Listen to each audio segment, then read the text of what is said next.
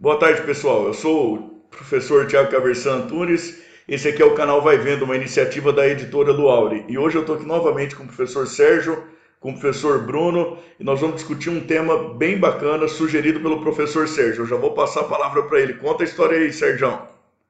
Boa tarde, Thiago. Boa tarde, Bruno. Fiquei ausente essas as duas últimas gravações por motivos profissionais, mas estamos aí de volta com um tema bem interessante e polêmico, né? Que é o caso que o STJ recentemente analisar um recurso de um policial, acho que é policial civil, policial militar, eu não lembro, tratava de uma execução, ele estava no polo passivo de uma execução. O STJ firmou uma tese no sentido de que 30% do salário desse referido funcionário poderia ser penhorado para fins de satisfação da execução. A relatoria foi da ministra Nancy Andrighi, e o que consta no acórdão, né, ela ponderou dois princípios aí, na verdade, dois desdobramentos do princípio da dignidade da pessoa humana, né? Que foi o princípio da satisfação executiva com a questão alimentícia, né? A título de alimentos ou menor onerosidade excessiva do devedor. Né? E foi bem interessante.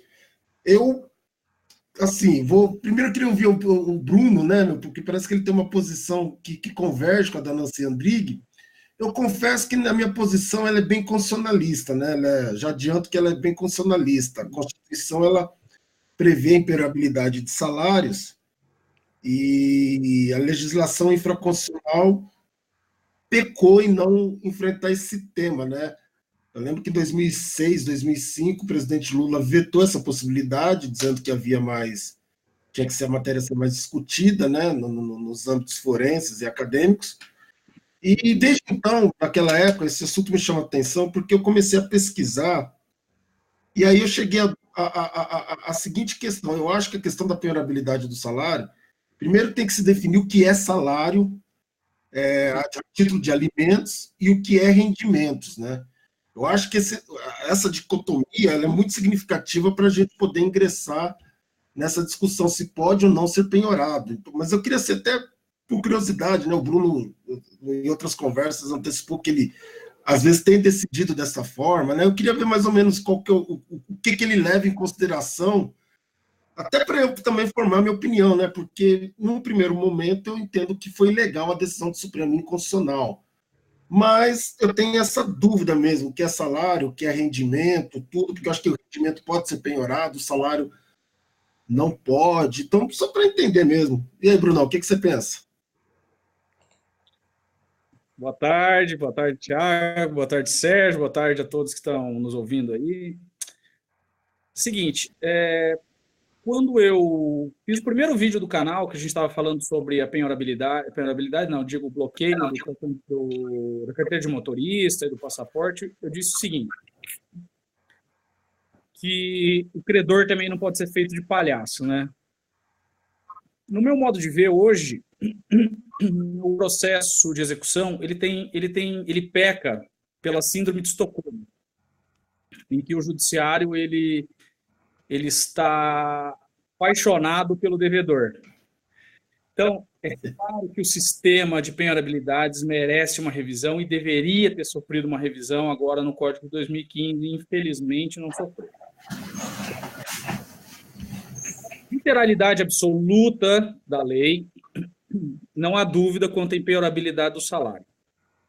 Aliás, num dos votos, no voto da Nancy Andrighi, alguns dos ministros ficaram vencidos e disseram exatamente isso, e vez que outro Tribunal de Justiça do Paraná também diz isso. O que acontece é que no acordo que eu tive a oportunidade de ler, a executada era uma conselheira do Tribunal de Contas, agora não me recordo exatamente qual era o estado, cujo salário, por conseguinte, é salário equivalente de desembargador, e no caso chegava bem próximo dos 30 mil reais, alguma coisa perto de 27 mil reais, alguma coisa assim.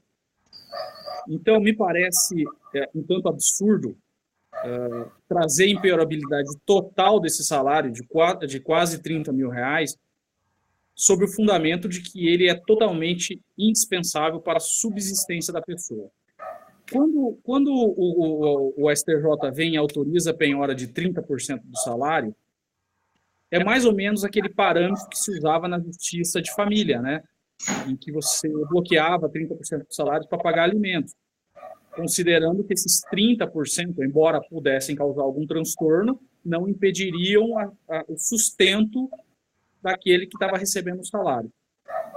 Então, no meu modo de ver, a gente precisa trazer um pouco de efetividade maior para as execuções. Hoje, dentro do judiciário, execução contra pessoas físicas em geral e até mesmo contra empresas, se não for uma empresa consolidada, elas estão fadadas à crise. Não há resolução da execução. Esse entendimento, no meu modo de ver, ele vem em boa hora para trazer a sensação de que as decisões no país elas precisam ser cumpridas. Não basta simplesmente trazer esse argumento, é salário. Não basta isso. A gente precisa fazer essa verificação. Será que alguém com salário de 30 mil, que é o caso dessa conselheira do Tribunal de Contas, usa todo esse salário para sobreviver? Me parece que não. Então, que pague os seus credores. E é sobre essa linha que eu tenho me pautado, pelo menos aqui nos processos que eu tenho a oportunidade de conduzir. Tá bom? Muito obrigado. Era essas as minhas ponderações. Legal. Vou me permitir dar um pitaco aqui também. Até porque hoje tive uma decisão aqui do escritório em que o magistrado deferiu a penhora de até 30% dos proventos de uma aposentada. Com base nessa linha jurisprudencial também e tudo mais. Da perspectiva assim, socioeconômica, parece-me, e eu tenho falado isso faz um tempo já, que um dos grandes problemas do Brasil é o descrédito institucional. As pessoas têm medo de investir aqui e de realizarem contratos porque o risco de inadimplência é muito grande e o Poder Judiciário, às vezes, funciona, lógico que com apoio na legislação vigente, aparentemente pelo menos, chancelando a inadimplência. Eu sempre brinco que o juiz tem boleto para pagar também, né?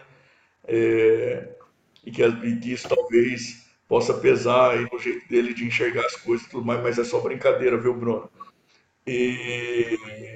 Agora, da perspectiva estritamente jurídica, quem me chamou a primeira vez a atenção para isso já faz algum tempo foi o professor Sérgio, inclusive, que me disse algo extremamente interessante. Ele falou o seguinte, Sérgio, não sei se você vai lembrar, o Código de 73 tinha um rol de bens ou valores absolutamente impenhoráveis. E o Código de 2015, ele não trata mais de bens absolutamente impenhoráveis, ele trata de bens impenhoráveis. Saiu o absolutamente aí, a gente acredita que nenhuma palavra entra ou sai da lei de maneira sem intenção e sem efeito, quer dizer, tudo precisa tentar ser interpretado e talvez por aí a gente consiga enxergar uma legitimidade desse tipo de coisa que busca dar efetividade à execução.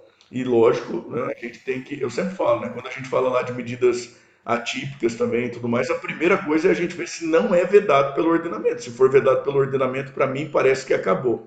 Mas por essa circunstância a qual o professor Sérgio chamou minha atenção aí uns 2 anos atrás, se eu não me engano, quer dizer, antes o código falava de absolutamente impenhoráveis, agora ele fala de impenhoráveis, talvez dê para a gente construir aí um caminho hermenêutico por essa circunstância.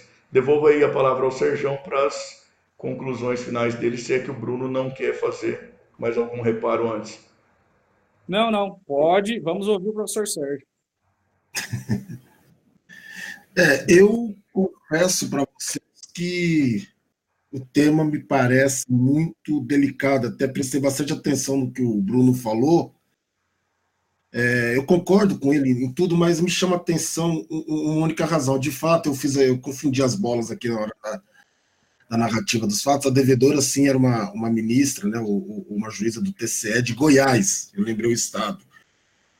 E o que me chama muita atenção é se isso vai vir aquela questão do juiz Robin Hood, né? Porque o cara ganha mil reais, não dá para penhorar 30% do salário dele, mas o cara que ganha 27 mil pode ser penhorado o salário 30% dele. Eu acho que isso não é um critério, o quanto que a pessoa ganha. E por isso que eu volto a insistir nessa questão do que é salário, o que é alimentos, né? Porque, não, o que é rendimento e o que é alimentos do salário. Essa questão alimentar, que eu acho que tem que ser preservada, e o excesso, sim, objeto de penhora. E aí, independentemente, aí eu até acho que se, vamos supor que 60% do salário da pessoa, independente do valor, é o suficiente para ele sobreviver com dignidade, eu não vejo problema em poder penhorar os 40%. Não vejo esse problema. Eu acho que essa regra seria uma regra mais, digamos assim, objetiva, né? Porque o Bruno mesmo, ele falou, tem que tomar cuidado, ele não crê que uma pessoa que ganha 27 mil ou quase 30 mil reais se vala desse dinheiro inteiro para poder viver com dignidade, né? É um pensamento, mas a gente também tem que fazer um pensamento invertido, né? Porque será que daquela pessoa que ganha R$ 1.000, eu conheço pessoas que ganham salário mínimo e conseguem poupar, né? Então, esse que ela consegue poupar, eu acho que é objeto de penhora. Pode ser piorado, vamos dizer assim. Mas, enfim, é um tema polêmico. Eu acho que o STJ, eu acho que ele, por ter tomado a iniciativa de fixar um parâmetro, para mim não é o mais perfeito, mas é um parâmetro, e aí caberá nós da doutrina, caberá nós, operadores do direito, aperfeiçoar esse sistema para justamente que a execução não vire a síndrome de Estocolmo. Eu até gostei dessa expressão, né, utilizada pelo Bruno, para não ser isso, né? Não pode ser também a justiça Robin Hood, mas também não pode ser a síndrome de Estocolmo. Tem que ser o judiciário que todos nós esperamos, né? Sobre a questão da absolutamente penhorabilidade, Tiago, eu, depois daquela nossa conversa, andei refletindo sobre aquilo, porque no Código 73, de fato, tinha o 649 falava sobre absolutamente penhoráveis e o 6650, o parágrafo, não lembro, falava sobre os relativamente impenhoráveis. E aí o legislador, agora em 2015, colocou tudo como se fosse penhorável. Eu acho que se é impenhorável, melhor, pouco importa se é absolutamente ou relativamente impenhorável. É impenhorável, pronto, acabou. Né? Talvez colocou isso justamente para dar uma margem, uma maleabilidade para que o juiz possa, no caso concreto, invadir aquela impenhorabilidade e tornar penhorável. Né? Talvez seja por isso. Mas eu acho que o ponto nessa questão justamente é saber o que é rendimento e o que é alimentos. Essas são as minhas considerações finais. Eu acho que valeu a postura do STJ, né? Abriu uma discussão, aquela discussão que o Lula queria com o veto, né? Eu achava que os tribunais superiores estavam muito silenciosos sobre isso. Vamos ver o que o STF, essa questão, acho que vai chegar ao STF, vai se posicionar, né? Vamos ver aí. Tá certo. Obrigado, Serjão. Obrigado, Bruno. Obrigado a quem nos assiste. O tema é bastante polêmico, é muito interessante mesmo e é de uma importância prática gigantesca. Porque se a gente for olhar os dados do Conselho Nacional de Justiça, no último Justiça Sem Números, o Conselho Nacional de Justiça ele chama a execução de gargalo da jurisdição brasileira. Então a gente tem aí um tema de importância prática gigantesca e nós gostaríamos de convidar todos então a refletirem junto conosco, a mandarem suas próprias contribuições, inclusive com a sugestão de pautas. Muito obrigado a todos. Então um grande abraço, Bruno, um grande abraço, Sérgio. Até mais. Tchau. Abraço.